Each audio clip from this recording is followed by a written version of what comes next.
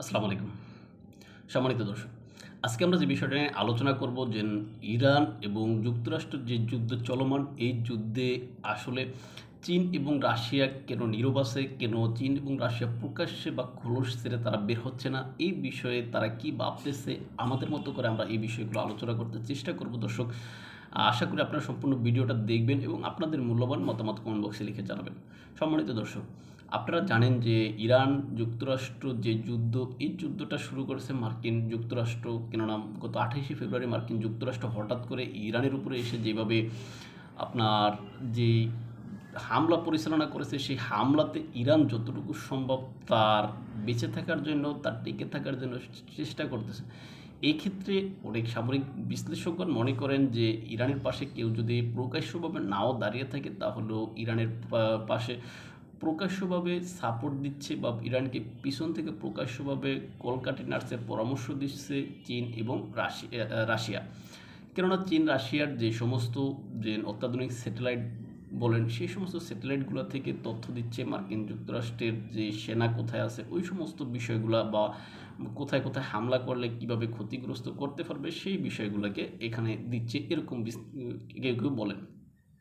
এখন এটা তো হচ্ছে আমাদের নিজস্ব কথা বা চিন্তাভাবনা, বা হতে পারে এরকম একটা কনস্পিরেসি থিওরির মতো, কিন্তু বাস্তবিক অর্থে তারা কি এখানে এই যুদ্ধে আছে কি না, এখন সেটা যদি আমরা বিশ্লেষণ করি বা আমরা যদি বিশ্লেষণ করতে চেষ্টা করি, সেক্ষেত্রে আমরা দেখি যে এই যুদ্ধ থেকে চীন রাশিয়ার আসলে কি লাভবান কিনা।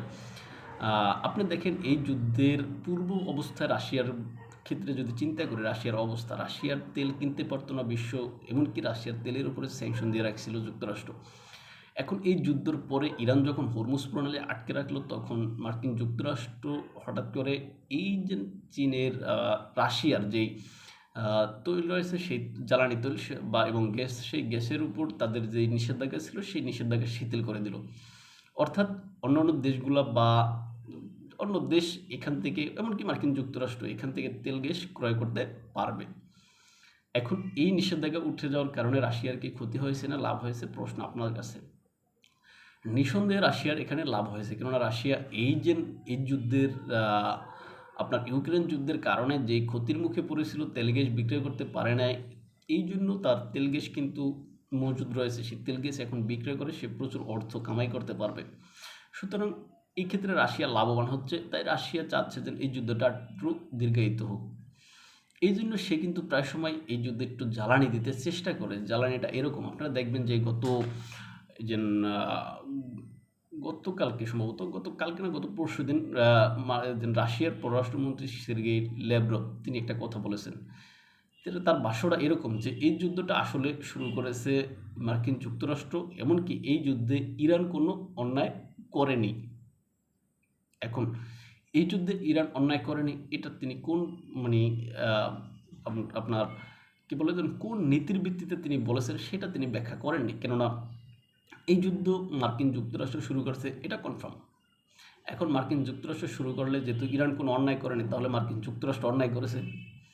এখন মার্কিন যুক্তরাষ্ট্র যদি অন্যায় করে থাকে, তাহলে এখানে তো আপনার যে রাশিয়া ইরানের পাশে থাকার কথা, যেহেতু ইরান কোনো অন্যায় করেনি, তাহলে রাশিয়া কেন ঘোষণা দিচ্ছে না যে আমরা ইরানের পাশে আছি। ইরানের এই যুদ্ধ যেহেতু মার্কিন যুক্তরাষ্ট্র শুরু করেছে, ইরান যেহেতু অন্যায় করেনি, তাই আমরা ইরানের পাশে আসছি, এরকম কথা তিনি বলেননি। তিনি বলেছেন ইরান এখানে কোনো অন্যায় করেনি, শেষ কথা।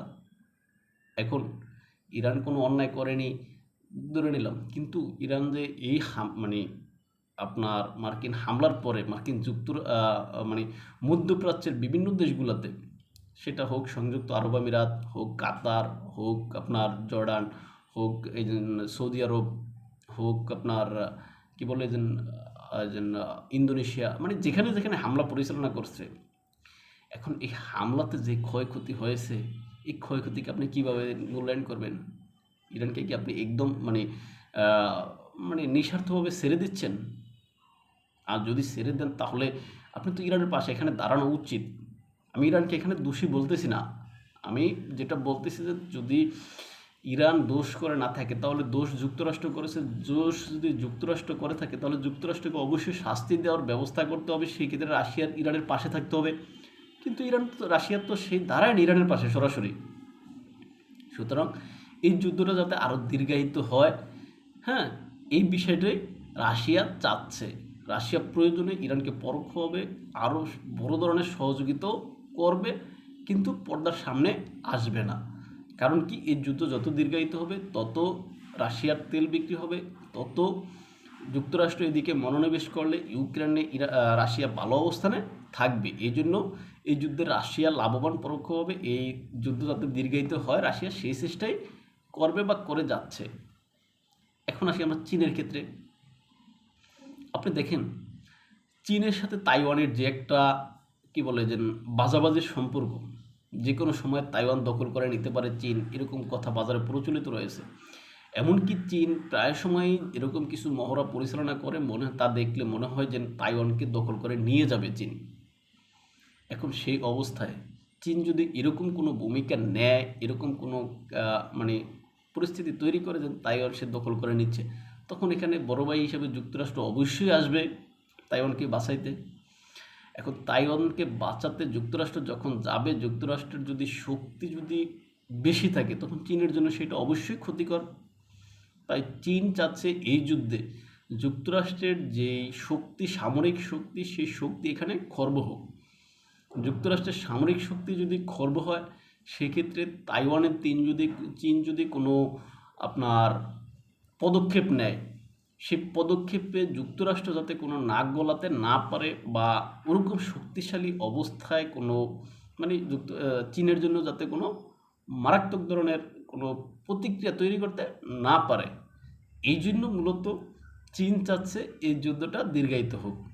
এই জন্য চীন পরোক্ষভাবে ইরানকে সর্বাত্মক সহযোগিতা, যেটাকে বলে, সেই সর্বাত্মক সহযোগিতা করতেছে যাতে যুক্তরাষ্ট্র এখানে দীর্ঘমেয়াদী যুদ্ধে জড়িয়ে যায়। আর দীর্ঘমেয়াদী যুদ্ধে জড়িয়ে গেলে তার লাভ। কারণ কি, ওই যে তাইওয়ান বলেন, প্রশান্ত মহাসাগরীয় অঞ্চল বলেন, এই সমস্ত প্রশান্ত মহাসাগরীয় অঞ্চলে যুক্তরাষ্ট্রের যেই সমস্ত এই যে নজরদারি বা কার্যক্রম যেটা থাকে, তাদের সেনাবাহিনী বা যে আপনি কি বলে যে তাদের যে রণতরীর উপস্থিতি থাকে, সেই উপস্থিতি যাতে সেখানে না হয়, এই জন্য চীন সর্বাত্মক চেষ্টা করতেছে এই যুদ্ধ দীর্ঘায়িত হোক। কিন্তু এই যুদ্ধে ক্ষতিগ্রস্ত হচ্ছে বাংলাদেশের মতো এরকম কিছু দেশ। কেননা বৈশ্বিক বাজারে যখন তেলের দাম বৃদ্ধি পায়, বাংলাদেশের মতো এরকম তৃতীয় বিশ্বের দেশগুলো এই যুদ্ধে সবচেয়ে বেশি ক্ষতির সম্মুখীন হয়। আর এই ক্ষতির সম্মুখীন হচ্ছে, এটা আসলে বিশ্বের যে মানে শক্তিশালী রাষ্ট্রগুলো আছে, ওই শক্তিশালী রাষ্ট্রগুলোর যেই আপনার কি বলে মনস্তান্ত্রিক যে খেলা, ওই খেলার কারণে। কেননা আপনারা দেখেন, এখানে রাশিয়া ইউক্রেন যে যুদ্ধ, সেই যুদ্ধের কারণে বিশ্বে খাদ্যের যে দাম বৃদ্ধি পেয়েছিল, সেই খাদ্যের দাম বৃদ্ধি পাওয়ার কারণে ক্ষতিগ্রস্ত হয়েছে কিন্তু এই সমস্ত তৃতীয় বিশ্বের দেশগুলো। সেখানে এই যে শক্তিশালী রাষ্ট্রগুলো তারা কি করছে, এই যে যুক্তরাষ্ট্র চাইছে, মানে যুক্তরাষ্ট্র চেয়েছে যে রাশিয়া যাতে এখানে দীর্ঘমেয়াদী যুদ্ধে জড়ায় যাক। রাশিয়া সেরকম জড়ায় গেছে যে দীর্ঘমেয়াদী যুদ্ধে। আবার বর্তমান যে ইরান যুক্তরাষ্ট্র যুদ্ধ, সেই যুদ্ধে চীন এবং রাশিয়া চাইছে যুক্তরাষ্ট্র এখানে দীর্ঘমেয়াদী যুদ্ধে জড়িয়ে যাক। অবস্থার দৃষ্টিতে দেখা যাচ্ছে যে এই যুদ্ধে যুক্তরাষ্ট্র দীর্ঘমেয়াদী সময়ের জন্য জড়িয়ে গেছে অলরেডি। এখন এই দুইটা শক্তি, রাশিয়া এবং যুক্তরাষ্ট্র, দুইটা শক্তিকে দুইটা যুদ্ধে জড়ায় দিল। বাকি আছে কি চীন। এখন বিশ্বে চিলমুড়ে আছে কে, এই যে চীন। তাই সে চিলমুড়ে থেকে তার শক্তি সঞ্চয় করতেছে।